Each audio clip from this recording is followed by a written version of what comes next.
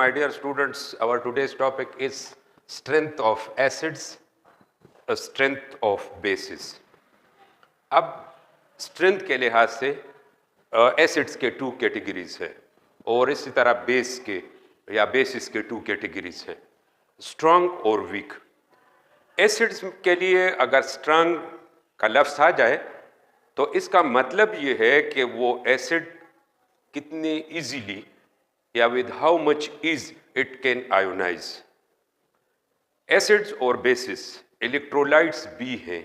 Electrolytes वो compounds होते हैं, एसिड भी कंपाउंड्स है, बेसिस भी कंपाउंड्स है। तो अब वो कंपाउंड्स के जो एक्वस सोल्यूशन में आयोनाइज होते हो, आयंस में चेंज होते हो, positive ions negative ions produce कर सकते हो, उन तमाम कंपाउंड्स को इलेक्ट्रोलाइट्स कहते हैं। अब एसिड भी वाटर में आयोनाइज होते हैं तो ये भी इलेक्ट्रोलाइट्स हुए, बेसिस भी वाटर में आयोनाइज होते हैं तो ये भी इलेक्ट्रोलाइट्स हुए। फिर स्ट्रांग इलेक्ट्रोलाइट्स, वो इलेक्ट्रोलाइट्स जो कंप्लीटली आयोनाइज हो, दे आर कॉल्ड स्ट्रांग। और अगर कोई पार्शियली आयोनाइज हो, कंप्लीट ना हो, इनकम्प्लीटली आयोनाइज हो, तो such electrolytes are called weak electrolytes. अब अगर मैं एसिड ले लूं, ये मेरे पास अगर HCl एक एसिड है, ये हम पहले से डिस्कस कर चुके हैं, we have discussed that it is an acid because it contains H and in aqueous solution it can produce hydrogen ions, ये, और इस वजह से it is an acid producing hydrogen ions. और for water solution we write AQ, aqueous solution. यहां पर लिखते वक्त स्ट्रांग एसिड का, या अगर आपके बुक में मौजूद है, और अगर सिंगल एरो हो, अभी वीक में हम डबल एरो लगाएंगे, लेकिन अगर आपके पास एसिड है, वाटर में वो आप ऐड कर चुके हैं और वो आयोनाइज हो चुका है, लेकिन there is single arrow between the acid, water and ions, so such acids are called strong acid. It means that before adding into water, ये it was like this molecules neutral था, लेकिन जैसे हमने add किया अब there is no molecule, molecules खत्म हो गए, बल्कि अब सिर्फ और सिर्फ आयंस है। This is called complete ionization and this arrows gives us this information, completely ionized. So we will term it, we will say that it is a strong acid, completely ionized. अब देखें week को, अगर मैं एक acid ले लूं, it is acetic acid, it also contains this ionizable hydrogen, again it is added into water, and now we have acetate ions. These ions are called, or this ion is known as acetate ion, and this is hydrogen ion. We can also write AQ. Now there is the difference between these two. It is an acid. HCl was also an acid, but the difference is here. This double arrow shows that किसी भी वक्त अगर हम देखेंगे तो इस mixture में ये मॉलिक्यूल्स ऑफ एसिड होंगे, वाटर के मॉलिक्यूल्स होंगे, और इस तरह एसिटेट्स आयन होंगे, हाइड्रोजन आयंस होंगे। तो ये सब के सब इन फॉर्म ऑफ मिक्सचर है। यहाँ मिक्सचर नहीं था, बिफोर एडिशन ये बात थी, after addition only ions were there. ये डबल एरो ये शो कर रहा है कि देयर इज इक्विलिब्रियम, और वो इस तरह कि ये एसिड और वाटर मिलके ये आयंस देते हैं और ये आयंस फिर मिलके वाटर और एसिटिक एसिड देते हैं। So this is called weak acid, acetic acid. अच्छा, अब अगर इनको फिजिकली देखना हो कि ये स्ट्रांग कौन सा है, which one is weak, which one is strong, तो हमारे पास इलेक्ट्रिक करंट हम पास करते हैं थ्रू द एक्वस सॉल्यूशन। अगर हम सिर्फ वाटर ले लें, डिस्टिल्ड वाटर हो, ओनली डिस्टिल्ड वाटर हो, कोई और चीज़ ना हो, बटन हम स्विच ऑन भी करेंगे तो ये बल्ब है, मैंने बल्ब बनाया, इसमें कोई लाइट प्रोड्यूस नहीं होगी। इसका मतलब ये है कि water is non electrolyte, pure water is non electrolyte, does not conduct electric current. लेकिन अगर मैं इसमें HCl, few drops of HCl add कर दूं और फिर मैं इस तरह देख लूं कि ये जो बल्ब है ये कंप्लीटली ग्लो कर दे, इस तरह लाइट प्रोड्यूस कर दे, और अब मुझे नहीं पता, मैं कंपैरिजन कर रहा हूं कि कौन सा acid, which acid is strong and which acid is weak. Again I took distilled water. बाकी अरेंजमेंट आप देख रहे हैं, सोर्स ऑफ इलेक्ट्रिक करंट है, यहाँ पर बल्ब है, और I add few drops of acetic acid. इसमें मैंने HCl ऐड किया, इसमें मैंने few drops of acetic acid add कर दी. और मैंने क्या देखा कि इसमें और इसमें आप जरा फर्क देखें. यहाँ पर बल्ब जो है वो कंप्लीटली ग्लो कर रहा है, यहाँ पर बल्ब कंप्लीटली ग्लो नहीं कर रहा बल्कि डिम लाइट प्रोड्यूस कर रहा है, यहाँ बिल्कुल ब्राइट लाइट प्रोड्यूस कर रहा है. इट मीन्स कि इसमें ये आयंस जो है या ये नेगेटिव आयंस और पॉजिटिव आयंस कम है, इसलिए करंट भी कम पास हो रहा है. और इसका मतलब ये है कि इसको जब मैंने ऐड किया तो ये कंप्लीटली आयोनाइज हो गया. इसमें बहुत सारे हाइड्रोजन आयंस है as compare to this one, और क्लोराइड आयंस है, पॉजिटिव नेगेटिव आयंस है, बहुत ज़्यादा है, इसलिए ये कंप्लीटली ग्लो कर रहा है. तो इस तरीके से भी हम डिफरेंशिएट कर सकते हैं स्ट्रांग और वीक को. और यानी मुझे तो इस तरह डायरेक्ट पता नहीं चलता, लेकिन these are the experiments. I can conduct simple experiments. I can take electrodes and a battery, a source of electric current. Same is the case here. I have taken electrodes, positive negative होंगे, इस तरह bulb होंगे, complete circuit में बनाऊंगा तो किसी में ये इलेक्ट्रोलाइट्स तो दोनों हैं, आयोनाइज तो दोनों हो रहे हैं, लेकिन एक्सटेंट में फर्क है, पावर में फर्क है, स्ट्रेंथ में फर्क है, इसलिए ये स्ट्रांग है कि ये कंप्लीटली आयोनाइज हो गया है. और अगर कोई कंप्लीटली आयोनाइज ना हो तो फिर उसको हम वीक एसिड कहते हैं.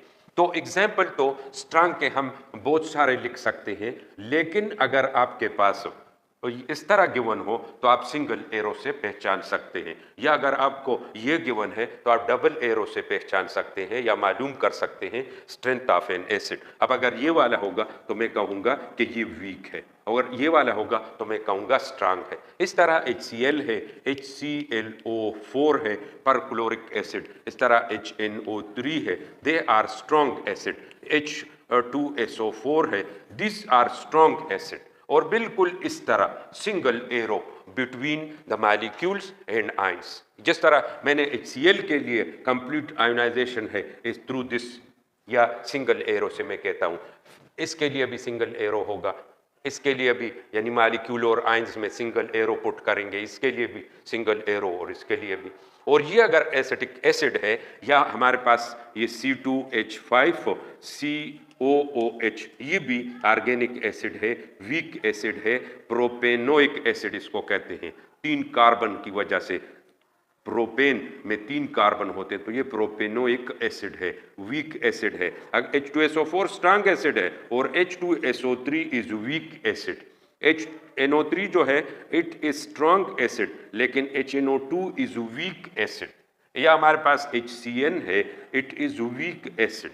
तो there are so many weak acid and strong acid, लेकिन जो लेवल है वो ये है कि हम जब डिफाइन करेंगे, रिप्रेजेंटेशन करेंगे, तो for strong we will have 1 single arrow and we will have 2 half headed arrow. Reversible reaction, irreversible reaction is for strong and reversible reaction is for weak. ये तो एसिड के लिए है. एग्जैक्टली यही बातें अगर हम अप्लाई करेंगे फॉर बेसिस तो उनके लिए भी यही है. यानी द डिग्री ऑफ आयोनाइजेशन, अगर degree of ionization to greater extent है तो फिर बेस हो वो भी फिर स्ट्रांग बेस होगा, और अगर degree of ionization up to lower extent हो, स्मॉलर एक्सटेंट हो, that base will be weak base. अब एग्जाम्पल आप देख लें, चूंकि आप ये जानते हैं कि this is a compound and it contains OH, therefore it is a base according to Arrhenius acid basis जिस तरह हमने पढ़ा था, it is a base. Now the same treatment is with this base. अगर मैं उस ऐड करूंगा into water, what will happen? Single arrow shows that this compound will completely change into ions. इसके साथ for water you can write AQ, ये आप लिख सकते हैं. But the single arrow shows that it is a strong base. Why? Because before adding it to water, it was a neutral compound. But when I added it to water, what happens? it completely change into ions. Now I don't have NaOH. I have sodium ions and OH ions in solution. So such bases are called strong bases. Again, we can say that there are so many bases which are strong, means they can change into ions completely. Now I'm taking another example. This is a base because it contains OH, and this is ionizable OH. Therefore, it is a base, but look at its ionization. From this representation, I can say that it is a weak base. It has produced positive ion, it has produced negative ions, but up to smaller extent as compared to this one. अगर हम फिर इसको भी देखते हैं, they are electrolytes. This is an electrolyte because it produces ions in water. This is also an electrolyte because it produces ions in water. But this one is dissociating, ionizing up to greater extent or completely. But this one is weak. Why? Because this double arrow shows that we have these molecules as well as ions. अगर हमारे पास molecules भी हो और ions भी हो तो फिर हम ये कहेंगे कि ये कंप्लीटली आयोनाइज नहीं हो रहा. Therefore it is weak base.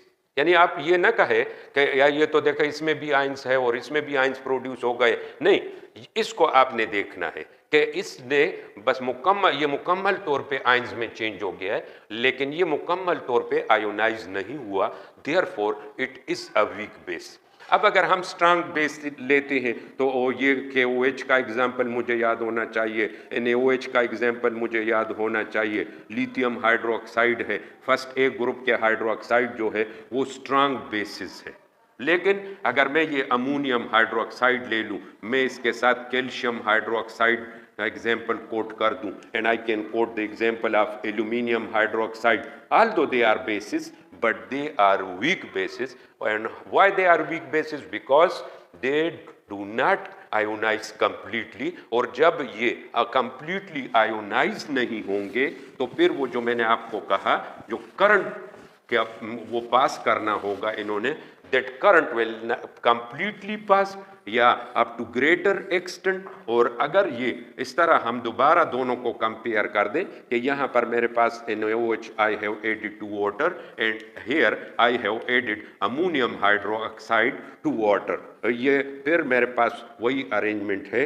यहाँ पर मैं अगर सोर्स ऑफ इलेक्ट्रिक करंट लगा दूं और यहाँ पर मैं बल्ब लगा दूं, तो in this case it glows या the bulb glows completely, bright light produce कर रहा है. और यहाँ पर ये है कि अरेंजमेंट इज सेम, कोई फ़र्क नहीं है, लेकिन उसमें ये है कि जो लाइट प्रोड्यूस हो रही है वो डिम लाइट है. तो डिम लाइट शोज कि आयोनाइजेशन कंप्लीट नहीं हुई है, क्योंकि ये इलेक्ट्रोलाइट तो है, लेकिन ये स्ट्रांग उसको कहते हैं यहाँ पर कि जो आयोनाइज ज़्यादा होता हो, और अगर कम आयोनाइज होता हो तो फिर उसको हम वीक इलेक्ट्रोलाइट कहते हैं. Thank you very much.